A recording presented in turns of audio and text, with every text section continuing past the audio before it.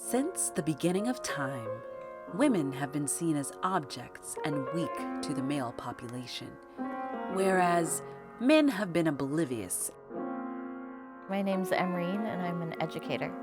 You know, in thinking about gender justice work with all genders, right? A lot of times folks think feminism is just for women, and that is so not the case.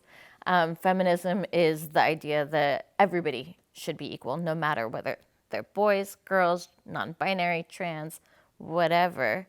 For me, I think a lot of the things that I work with is understanding how the systems really are trying to keep us in our place so that we can't shine.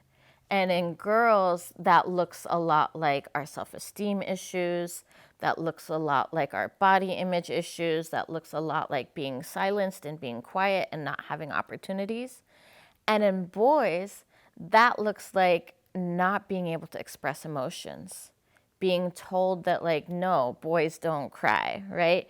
Or what it means to be a man is to be strong and powerful, but also very angry, which leads to a lot of depression and a lot of violence. My name is Gandara. I am a high school English teacher. I would say at an early age, like as in like being a child, I knew that there were expectations for me in like the household regarding like masculinity, regarding like how to perform that, and I knew this because I would get the questions too, or like the comments from like family of like, oh, we were worried you were going to turn out to be this, or we were worried you're going to turn out to be that. Most of it was like, oh, worried that you're going to be gay, because that's really the extent to which like I think my family knew things around like anything like cutie POC or LGBTQIA. Hi, my name is Em. I'm a musician, performer, creative, and an actress. When I was raped, when I was 16, I think that started for me a series of events. I mean, they'd started before that, where I really started to realize how disadvantaged I was being a woman, you know, being shouted at in the streets, being taken into situations like that, but basically being objectified. I think that moment was so real for me, in realizing, oh, all I am is a body for someone else's pleasure. I always think in those experiences, like, what do you think I'm gonna say to you? Like, if you're saying to me on the street, like, you're in your car and you're like, yo, like, nice ass, like, hey, lady, blah, blah, blah, blah, blah. I'm like, do you think I'm gonna come over to your car and be like, should we go home? Like, and that's, but answering that question also makes me even more mad, because then I realize maybe there's the odd man who actually thinks he's gonna get something out of it. But I think most of them know that we're not gonna respond, and they're just doing it to assert power. I grew up in a pretty abusive household. My grandparents, I think that that's a cultural thing. South Asian culture is very unhealthy. And so I was in an abusive relationship for most of my 20s. And I got out. And I'm a survivor. I'm thriving. I am doing work in gender justice now, and I am like working with young girls. I am also working with young men, which I think for me as a domestic violence survivor, to go back and work with men and not be like, I hate all men and all that, but like, no, this is a systemic problem and we all need to do the work and we all need to heal. I'm really proud of myself for that. Gender roles have kept humans in boxes that have kept us from reaching our full potential. Women are capable of doing everything and anything a man can do, but are so often confined to stereotypical roles. And when women venture out to do what their hearts desire, they are often not taken seriously. I think it's very disheartening when your entire sort of time trying to make something of yourself, you're constantly being given the message of, like, I'll give you opportunities, but with this attached, because then you do question your capabilities. And I think, well, do you actually think I'm good at this? Or do you just want to sleep with me? Or do you just want to, you know, get some weird thing out of this? And that's challenging, because it makes you question your own capabilities. Whereas now I've got to the point where I'm like, you know, I really don't care what you think. Like, if you're offering me an opportunity with this string attached, and instead of being like, oh no, maybe I'm not talented and maybe he just wants to sleep with me, I'm like, I'm very talented, this person is an asshole, and like, your opinion shouldn't matter to me. Socorro Steffens Wallace, and I'm the site supervisor for a school district. I think with society the way it is now, it plays a major part as far as, in a business sense, that women don't get paid equally what they're worth. Doing the work and everything I put in, it's a more female-dominated, education is a more female-dominated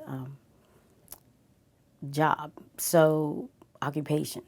So I think that the way I was raised, I've never really allowed my gender, my race to be an obstacle.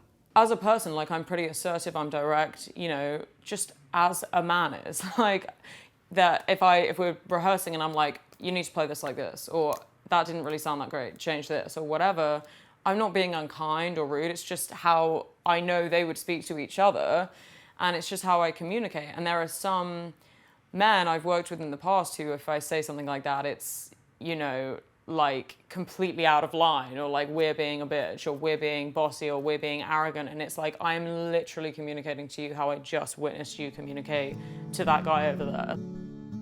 I think some of the things that we can do in our daily lives to really address these issues for folks of all genders is to really listen to each other, to really sit and try to understand where everybody's coming from. We live in a very polarized world right now. And speaking as somebody who has been the like classic angry feminist and been like, you're a rawr, and I don't want to talk to you and you're being so dumb, I have learned that that does not further the movement. For me, it's about education, and, you know, I think that, I don't know, I just think that there's a lot of like unhealthy things that are drilled into young boys that about women that are just really unfortunate. And I just think knowing from a young age, like how to be respectful, how to just treat someone like a human being, and how to, you know, see someone as equal and not less than or different than or weaker than, like, I think is really important. If I could change something, it would be how people have such a lack of respect for one another, how, you know, color and gender come into play so very often, and that would be something I would really like to change. Struggle, and don't struggle alone, but like struggle, and I mean struggle in the sense of like fight for things that you need to fight for, but always fight with other people, because there's only so much I think that you can do in isolation. And then in isolation, the question comes up of like, well, who are you going to be accountable to if you're not in community? I think accountability is important for anything that's worthwhile pursuing.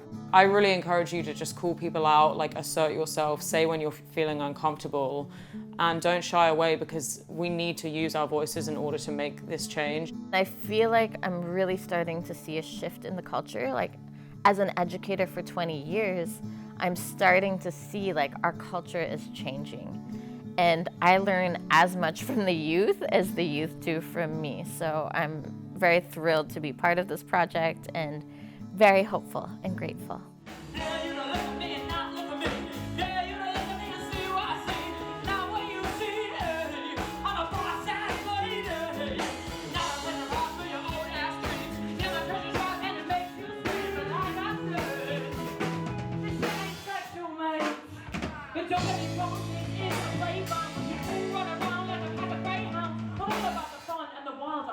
I'm just not about the ones who want to grab my ass. But what I do, you get confused.